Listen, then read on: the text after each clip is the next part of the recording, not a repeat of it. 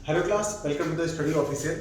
आज हम डिस्कस करने वाले हैं डेसिमल्स के कुछ ऐसे क्वेश्चन जिनको हम फ्रैक्शन की फॉर्म में कन्वर्ट करते हैं। तो किस तरीके से उन्हें पी अपॉन क्यू की फॉर्म में किया जाए उनको चलिए हम समझते हैं बहुत ही आसान तरीके से।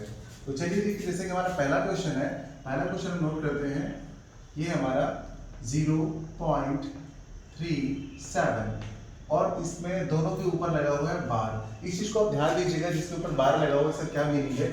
बार का मतलब है वो नंबर जो है इनफाइनाइट टाइम्स लिखा हुआ है, वो लिखा ही हुआ है बहुत ज्यादा बार, इसे हम काउंट नहीं कर सकते, इसका मतलब इनफाइनाइट। ठीक है, तो यहाँ पर क्या करते हैं, जब भी ऐसे क्वेश्चंस आते हैं जिसमें डेसिमल लगा होता है और डेसिमल के लेफ्ट साइड में सिर्फ जीरो होता है और कोई भी वैल्यू नहीं होती है, तो उन्हें हम कैसे सॉल्व कर सकते हैं। देखिए, सबसे पहले आप लेट करेंगे और लेट करके इसको x के इक्वल में, y के इक्वल में, z के इक्वल में, कुछ भी आप लेट कर सकते हैं यहाँ पर। तो उसके इक्वल में आप लेट करेंगे इसको 0.3737 एंड सो ऑन। ये इस तरह चलता ही रहेगा। हमने कहा ना बार का मतलब होता है एंड सो ऑन, चलता रहेगा। और इसको मैंने दे दिया इक्वेशन फर्स्ट का नाम दे दिया है। ठीक है, अब उसके बाद हम क्या करते हैं, देखिए इसके बाद हमको करना पड़ेगा इसका डेसिमल का रिप्लेस करना पड़ेगा, मतलब डेसिमल को हमें मूव करना पड़ेगा। लेकिन कितने डिजिट तक हम मूव कराएं ये हमें पता चल जाता है ऊपर से ही। यहाँ पर आप देख रहे होंगे, यहाँ पर बना हुआ है हमारा क्या 37 और उसके ऊपर बार लगा हुआ है, मतलब दोनों के ऊपर लगा हुआ है, मतलब 2 डिजिट के ऊपर लगा हुआ है। अगर 2 डिजिट के ऊपर लगा हुआ है तो हम 100 से मल्टीप्लाई करेंगे। अगर 1 डिजिट के ऊपर लगा हुआ है तो हम 10 से मल्टीप्लाई करेंगे। अगर 3 डिजिट के ऊपर लगा हुआ है तो हम 1000 से। जैसे जैसे डिजिट बढ़ेंगी वैसे वैसे जीरो बढ़ेंगे। ठीक है, तो 2 डिजिट वाला है तो हम 100 से मल्टीप्लाई करेंगे बोथ साइड। तो यहाँ पर मल्टीप्लाई करेंगे हम इस तरफ, तो हो जाएगा हमारा 100 इंटू एक्स, ये तो मैंने इसमें कर दिया। आगे राइट साइड में करेंगे तो हो जाएगा 100 इंटू 0.373737 एंड सो ऑन। ऐसा कुछ केस किया हमने। अब देखिए 100 को x से किया तो ये हो जाएगा हमारा 100x। ठीक, इतनी बात आपको समझ में आ गई होगी। आगे देखिए, ये वाला जो 100 है, जब इससे मल्टीप्लाई होगा तो हमारा डेसिमल क्या होगा, हमारा डेसिमल यहाँ से उठ करके शिफ्ट होकर के यहाँ पर मूव कर जाएगा, यहाँ से मूव करके यहाँ तक आ जाएगा। क्यों यहाँ तक आ जाएगा, क्योंकि 1 और 2 हमारे पास 2 डिजिट है ना, क्योंकि 2 डिजिट से हम मल्टीप्लाई करें 100 से, तो 1 और 2 इसमें 2 जीरो है, तो 2 डिजिट हमारा डेसिमल इधर मूव कर जाएगा। बहुत सारे बच्चों को ये प्रॉब्लम होती है कि आखिर इसमें क्या किया जाए, कैसे डिस्प्लेस किया जाए। तो ध्यान से समझ लीजिए, जितने जीरो उतना प्लेस आप राइट साइड में मूव करा देंगे। तो यहाँ पे हमारा क्या हो जाएगा, ये हो जाएगा 37 और यहाँ पर देखिए इसके यहाँ पर डेसिमल पहुंच गया। अब बाकी जो बचा हुआ उसको लिख लेते हैं 373737 एंड सो ऑन। सर आप कहेंगे कि सर यहाँ पर तो 3 बार लिखा हुआ था, डेसिमल यहाँ मूव कर दिया तो 2 बार बचा, तो 2 बार बचा है, लेकिन आप ये दिख रहा है एंड सो ऑन, मतलब इनफाइनाइट नंबर तक है। तो हमने 3 ऊपर भी लेट किया था तो 3 नीचे भी कर लिया। इससे हमारे कैलकुलेशन को समझने में आसानी होती है, इसीलिए हमने यहाँ पर इसको इस तरीके से लिख कर लिया कि भाई 3 है तो 3, 4 है तो 4, जितना हम चाहे उतना लिख सकते हैं। तो हम कम क्यों लिखे हैं, ठीक है, हमने 3 फिर से लिख लिया। अब देखिए यहाँ पर इसको दे देते हैं इक्वेशन 2 का नाम दे देते हैं। ठीक, अब हमारे पास इक्वेशन 1 और 2 आ गई हैं, तो हम फाइनली क्या करेंगे, अब हम कर लेते हैं सब्ट्रैक्ट। इक्वेशन 2 में से इक्वेशन 1 को क्या कर दें, सब्ट्रैक्ट कर देते हैं। ठीक है, तो चलिए लिख लेते हैं इक्वेशन 2 माइनस इक्वेशन 1। अब क्या करेंगे, इक्वेशन 2 में से 1 को सब्ट्रैक्ट करेंगे। तो देखिए हमारे पास इक्वेशन 2 कौन सी है, 100x और ये वाली, ये वाली। ठीक है, इसको हम यहाँ पे नोट डाउन करते हैं। तो ये हो गया हमारा 100x is equals to 37.373737 and so on. ये वाली नोट कर ली। अब हम फर्स्ट वाली को नोट करेंगे इसके नीचे। तो फर्स्ट वाली में लेफ्ट साइड में क्या है, x है, तो हमने x कर लिया, इक्वल का साइन लगाइए, आगे जो भी नोट है कर दीजिए। बस डेसिमल का ध्यान दीजिए, जहां डेसिमल है हम डेसिमल के नीचे डेसिमल लगाएंगे। इसके इस तरफ क्या है, 0 है तो मैं 0 लिखेंगे, और यहाँ पे राइट साइड में जो भी है आपका डिजिट बचा हुआ वो सब नोट डाउन कर दीजिए ऐसे। ठीक है, और यहाँ पे एंड सो ऑन एक लाइन खींच दीजिए बड़ी सी, यहाँ पर माइनस का साइन लगा दीजिए क्योंकि हम इसमें माइनस कर रहे हैं। तो 100x में से एक x चला जाएगा तो हमारा कितना बचेगा, 9x बचेगा। और इक्वल का साइन लगाइए, यहाँ पे देखिए 37 में से 0 जाएगा तो बचेगा 37, और यहाँ डेसिमल लगाइए, देखिए 3 में से 3 जाएगा 0, 7 में से 7 0, 3 में से 3 0, 7 में 7, 3 में से 3 सब 0 0। जहां तक हमारा ये एंड सो ऑन, मतलब जहां तक हम नंबर चाहे लिखेंगे सबके सब जीरो आएंगे। तो जितने भी नंबर हम इधर लिखेंगे सबके सब क्या हो जाएंगे जीरो।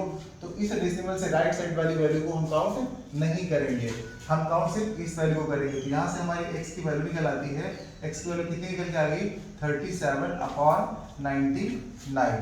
तो जैसे कि आपने ये देखा है ये वैल्यूज हमारी निकल आई है यहाँ पर 37/99। आई थिंक ये आपको चीजें नहीं नीचे दिख रही हैं, जो भी हमारे रिमेनिंग पार्ट बचा हुआ है इसको हम यहाँ लिख देते हैं। देखिए यहाँ पर, तो यहाँ पे हमारा बचा हुआ कितना 9x = 37, कुछ ऐसा बचा हुआ दिख रहा है आपको, ठीक है।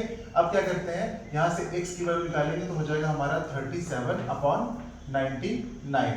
तो आपने देखा कि हमारा ये वाला जो फॉर्म आ गया है ये P/Q के फॉर्म में आ गया है, बस यही हमें कन्वर्ट करना था। यहाँ पे आप देखेंगे ये वाली वैल्यू जो है P को इंडिकेट कर रही है और ये वाली Q को। अगर किसी क्वेश्चन में आपसे पूछा जाए कि find value of P and Q, ठीक है, तो आफ्टर सॉल्विंग हम फाइंड करेंगे P एंड Q की वैल्यू। पहले हम नहीं बता पाएंगे क्योंकि पहले हमको इसका फ्रैक्शन नहीं पता है, तो यही इसका कंप्लीट सॉल्यूशन होता है, ठीक है। नीचे से हम इरेज कर देते हैं क्योंकि यहाँ पे दिखने में थोड़ी दिक्कत हो रही थी, ठीक है। तो यहाँ तक हम समझ चुके हैं आई थिंक, ठीक है। चलिए स्क्रीनशॉट ले लीजिए इसका। जी हाँ, तो ये हमारा क्वेश्चन है, क्वेश्चन नंबर 2। चलिए इसको हम सॉल्व करते हैं। देखिए सेकंड क्वेश्चन हमने क्या किया यहाँ पर नोट कर लिया है। अब क्या करेंगे यहाँ पर, अब हम डायरेक्ट लिख नहीं कर सकते। देखिए टाइप समझना बहुत जरूरी है।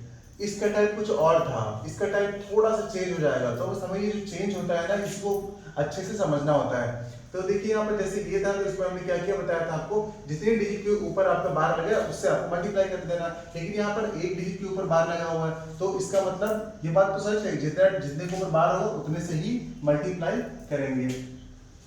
तो लेट करने का कोई आप चक्कर नहीं, यहाँ पर सबसे पहले हम क्या करेंगे मल्टीप्लाई करेंगे। मल्टीप्लाई इसलिए करेंगे क्योंकि दोनों डिजिट साथ में नहीं है, ठीक है। तो इसके बाद आप देख रहे होंगे इसके ऊपर बार नहीं लगा हुआ है, इसलिए हम क्या करेंगे सिर्फ और सिर्फ पहले इसको हटा देंगे। तो क्या करेंगे मल्टीप्लाई करेंगे हम 10 से, तो यहाँ पे लिखेंगे हम मल्टीप्लाई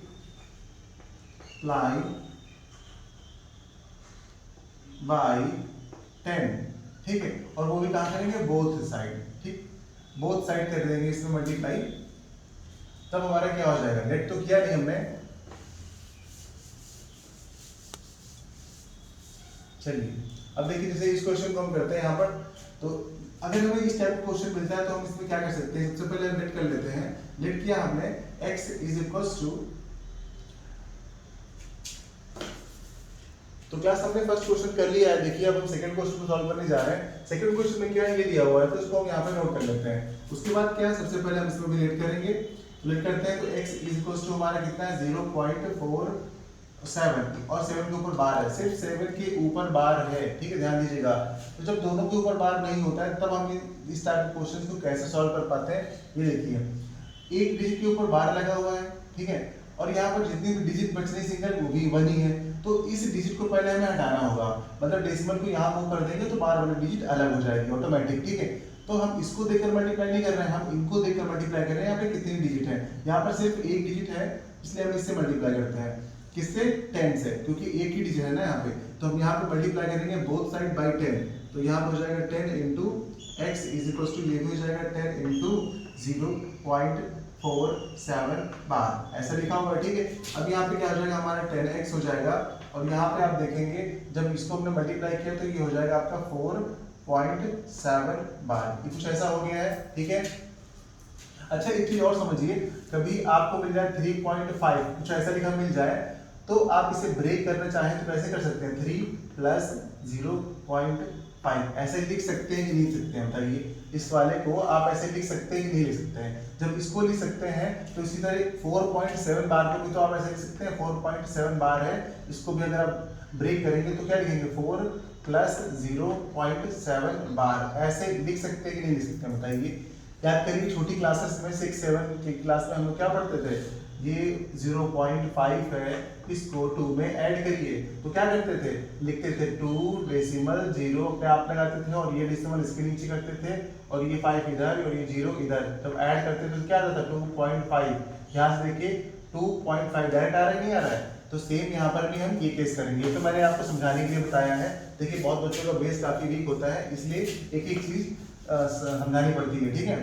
तो यहाँ पर क्या करेंगे, देखिए इसको हम ब्रेक कर लेंगे 4 प्लस 0.7 बार और यहाँ हमारा 10x है, ऐसा कुछ। समझ गए आप? अब क्या करिएगा, जब भी इस टाइप का क्वेश्चन आए तो आप लेट करके सिंगल करके बहुत लंबा सॉल्व मत करिएगा। आप लिखेंगे यहाँ पे 4 को 4 लिखेंगे एज इट इज, यहाँ पर आप लिखेंगे 7, उसके बाद आप देखेंगे कितनी डिजिट के ऊपर बार लगा है। एक डिजिट के ऊपर बार लगा है तो आप एक बार 9 नीचे लिख देंगे बस। 2 डिजिट के ऊपर बार लगा होता तो आप 2 बार 9 लिखते हैं। 3 डिजिट के ऊपर बार लिखते हो तो आप 3 बार 9 लिखते हैं। यहाँ पर 1 डिजिट के ऊपर बार लगा है तो आप यहाँ पर एक बार 9 लिखेंगे बस। अब इससे क्या कर देंगे, सिंपल सा एलसीएम कर लेंगे। एलसीएम के लिए इसके नीचे आप 1 सपोज करते हैं, 1 सपोज कर लेते हैं ना। लेफ्ट साइड में आपका 10x का 10x लिखा रहेगा। अब देखिए यहाँ पर भी एलसीएम लेने में भी बच्चों को काफी प्रॉब्लम होती है, तो यहाँ पर हम क्या करेंगे, देखिए इधर से सॉल्व करते हैं तो क्या आपको दिखेगा। यहाँ पे हमारा 10x है और फिर हम करेंगे यहाँ पे 4/1 प्लस 7/9। इसका एलसीएम लेंगे तो क्या आएगा, 9 आ जाएगा और यहाँ पे इसको मल्टीप्लाई करेंगे, मतलब एलसीएम जब हम लेते हैं तो इससे इसको डिवाइड करेंगे तो आएगा 9, 9 से ऊपर मल्टीप्लाई करेंगे तो 9 4 जा 36 और यहाँ पे क्या आएगा 9 9 जा 1 और 1 को 7 से मल्टीप्लाई करेंगे तो 7। यहाँ पे आपका 10x as it is note down हो जाएगा, यहाँ पर भी आपका 10x ऐसे ही नोट डाउन हो जाएगा।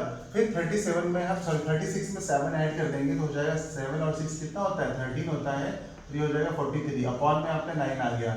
अब इसको हम डिवाइड में भेजते हैं, जो भी x के मल्टीप्लाई में होता है उसको हम डिवाइड में भेजते हैं, तो x की वैल्यू क्या हो जाएगी 43 और डिवाइड हो जाएगा 90। क्यों, क्योंकि 10 नीचे चला जाएगा तो 9 से मल्टीप्लाई होगा, 10 और 9 का मल्टीप्लिकेशन क्या होता है 90 होता है। तो ये हमारा इसका सॉल्यूशन हो गया है।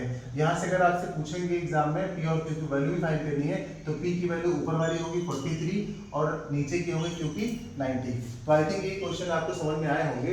चलिए मिलते हैं अगली क्लास में। अगर आपको कोई भी समझने में दिक्कत हुई हो किसी प्रकार की तो आप हमें जरूर बताइएगा। थैंक यू आप सभी का वीडियो देखने के लिए।